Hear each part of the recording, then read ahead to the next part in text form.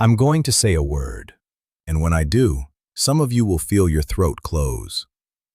Hell. That's the word. 4 letters, 2,000 years of nightmares, paintings of flames, sermons that made children wet the bed, deathbed conversions born not of love, but of terror. And tonight, I'm not here to tell you what to believe. I'm here to do something far more dangerous. I'm here to ask the questions that might unravel you. Does God really torture people forever? Not discipline, not exile, not a timeout. Torture. Conscious, aware, unending, thirst without a drop of water, nerve endings on fire for 1 trillion years forever. Or, and I want you to feel the relief in this word, or does God simply let them cease to exist? No fire, no screaming, just nothing. The same nothing an atheist already expects. Annihilation. A final, merciful delete button.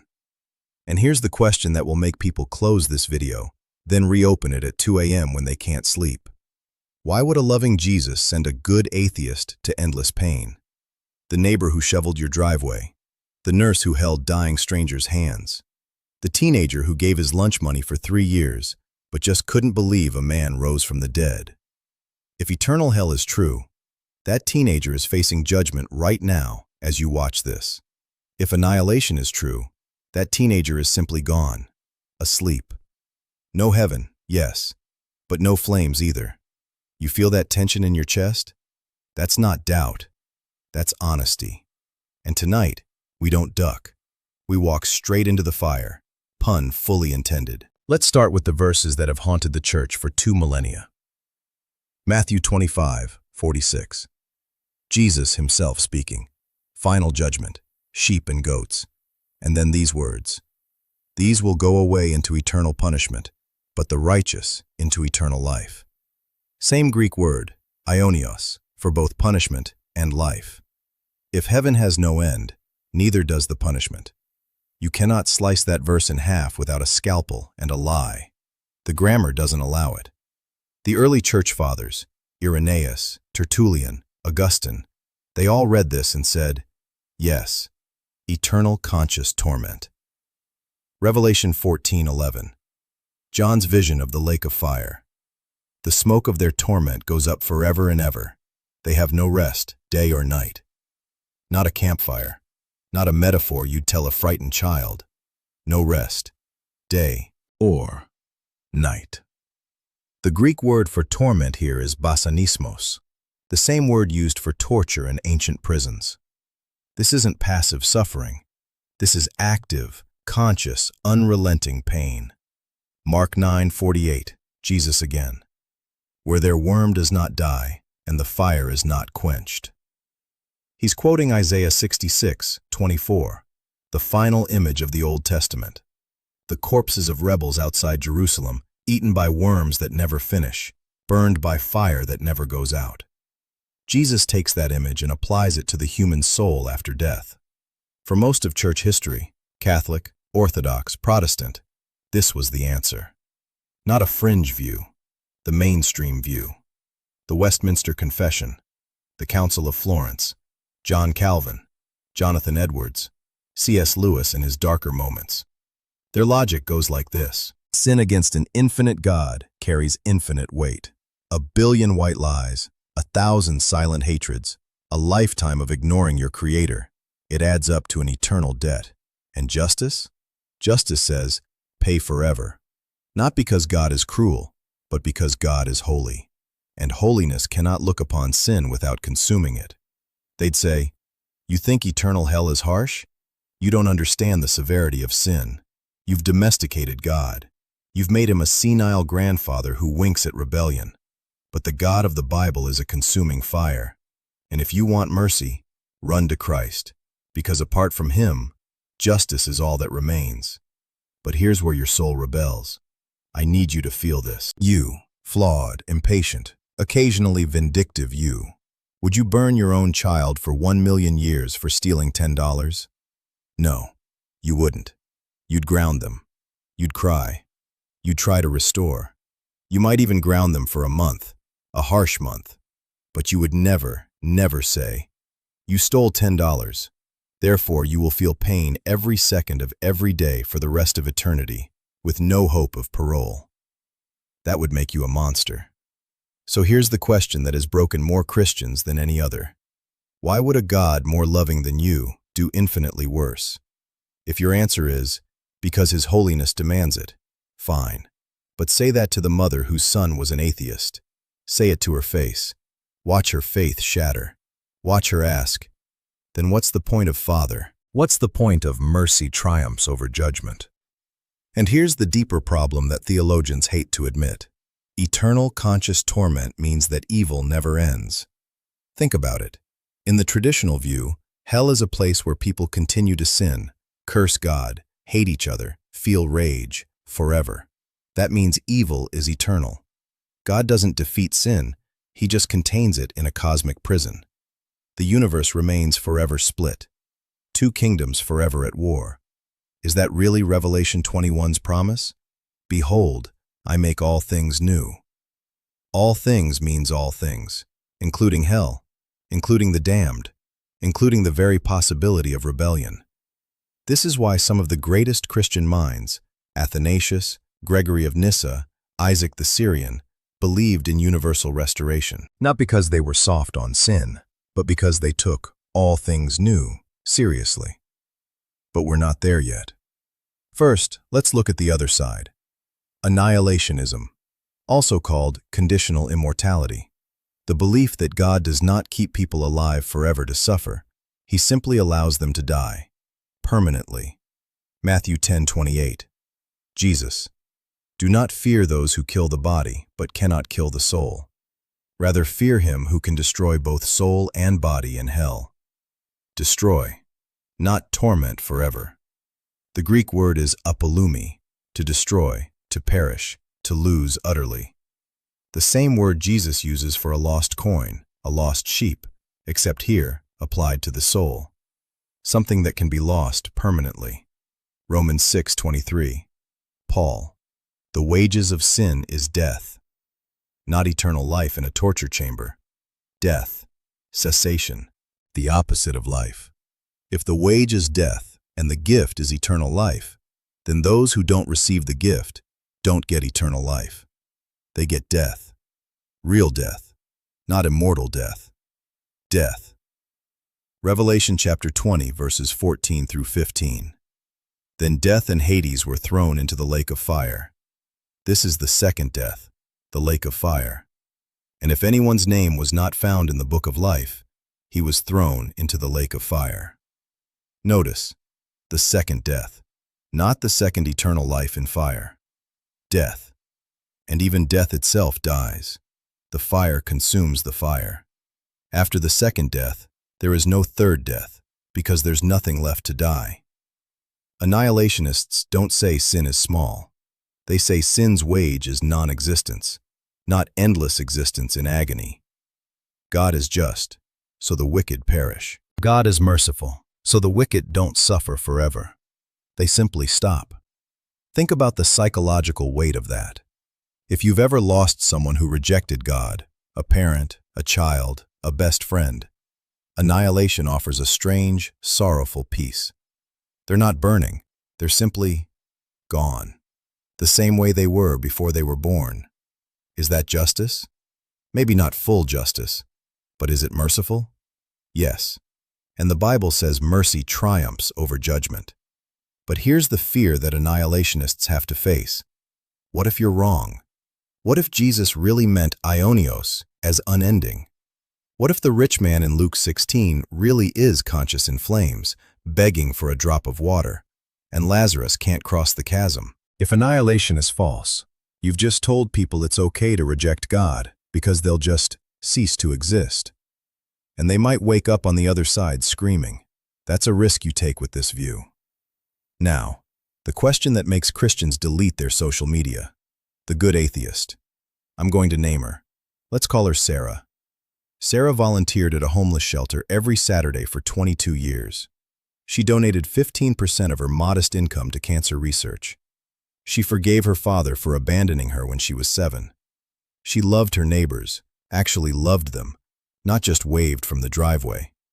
She read philosophy, struggled with doubt, and finally said, "I don't see enough evidence for God. But if he exists, I hope he's as good as the Christians say." Then she died of a brain aneurysm at 53. Where is Sarah right now? If eternal hell is true, Sarah is screaming. Her nerves are on fire. She is thirsty, terrified, alone, and will remain that way for the next Googleplex years, and then continue after that. Not because she was evil, because she was unconvinced. Does that feel like love to you? Does that feel like the God who said, "Come to me, all you who are weary and burdened, and I will give you rest"? Does that feel like the Jesus who touched lepers, forgave adulterers, and told Peter to put away his sword? Or does it feel like a cosmic torture chamber run by a deity with an anger management problem? If annihilation is true, Sarah simply stopped. No pain, no presence, no heaven, yes, and that's tragic. But no flames either. She returned to dust. The same dust she came from, the same nothing she expected. Is that justice? Maybe not full justice. She did good things, and those good things don't earn her heaven. But does she deserve fire forever for being honest about her doubt? Most of you, in your quietest heart, whisper, no. If universal restoration is true, Sarah goes through fire, painful, purifying, soul-stripping fire. And eventually, maybe after ages of healing, she sees what she couldn't see before. She repents. She is restored. She enters the kingdom. Saved as through fire, 1 Corinthians chapter 3, verse 15. But saved nonetheless. That's the view that makes the most people angry. Universalism lets everyone off easy. Does it? Does decades or centuries or ages of purifying fire sound easy? Ask anyone who's had surgery without anesthesia how easy it is to be healed through pain.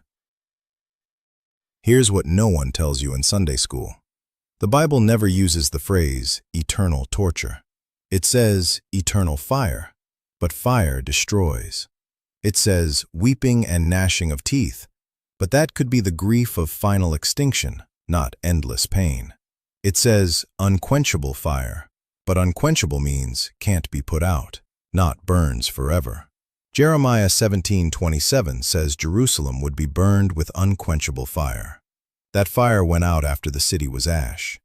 The Old Testament has almost nothing about an afterlife of punishment. Sheol is the grave, a shadowy, silent place.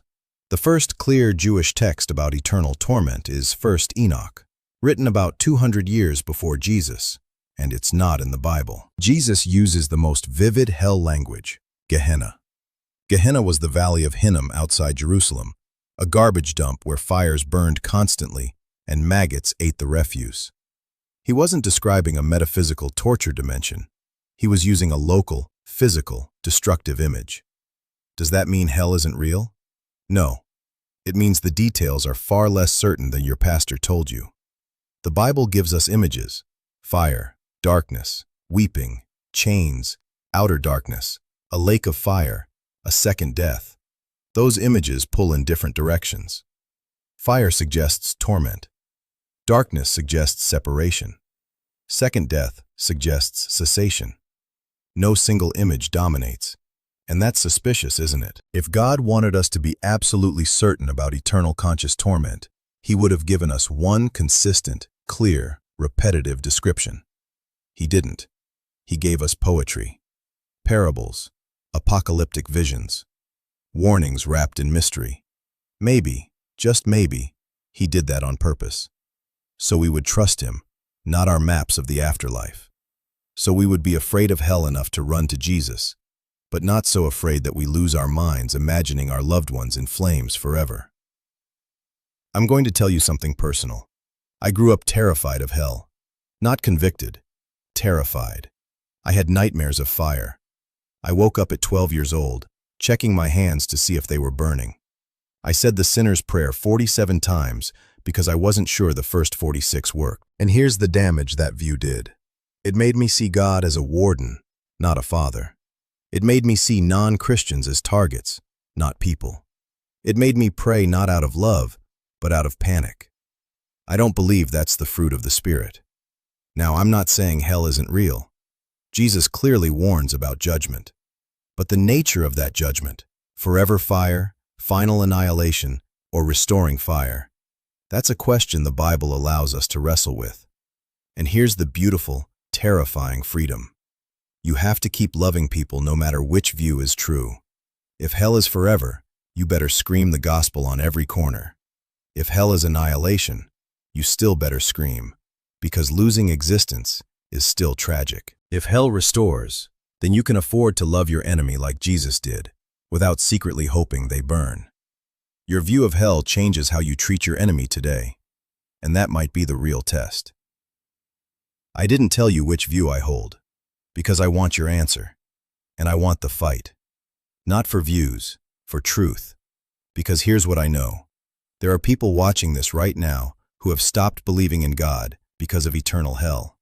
They said, if that's who God is, a torturer, then I want nothing to do with him. And there are people watching who have stayed Christian only because of annihilationism. They couldn't breathe under the weight of forever fire. And there are people watching who are universalists, who weep with hope that God will find a way to save everyone, even if it takes eons of painful fire. You are not alone in your confusion. You are not alone in your doubt. And you are not alone in your terror. So here's what I need you to do, right now. Comment one word. Forever, if you believe conscious torment never ends. Annihilation, if you believe God finally lets go. Restore, if you believe everyone eventually comes home through fire. Unsure, if you're still wrestling. And that's holy ground. And if you think I'm a heretic for even asking, comment, anathema. I will pin the most passionate, thoughtful, even angry arguments from each side. Because iron sharpens iron, and truth can handle your rage. Subscribe, hit the bell. Not because I want your view, but because next week, we're asking a question that will get this channel demonetized and possibly deleted. Did Jesus go to hell for 3 days? And if so, did he suffer there? And who did he preach to? And why does the Apostles' Creed say he descended into hell when Paul never mentions it? That video will be a war. Watch it before it's gone. One last thing. The God who wept at Lazarus' tomb. The God who sweated blood in Gethsemane. The God who said, Father, forgive them, while being executed. That God doesn't fit neatly into any of our hells. He is not a torturer. He is not a terminator. He is the one who said, Behold, I am making all things new. Maybe, just maybe, that includes you. And maybe, just maybe, that includes the people you're afraid to hope for. It is finished. John chapter 19, verse 30. But is hell finished too? Comment now. Your voice matters here.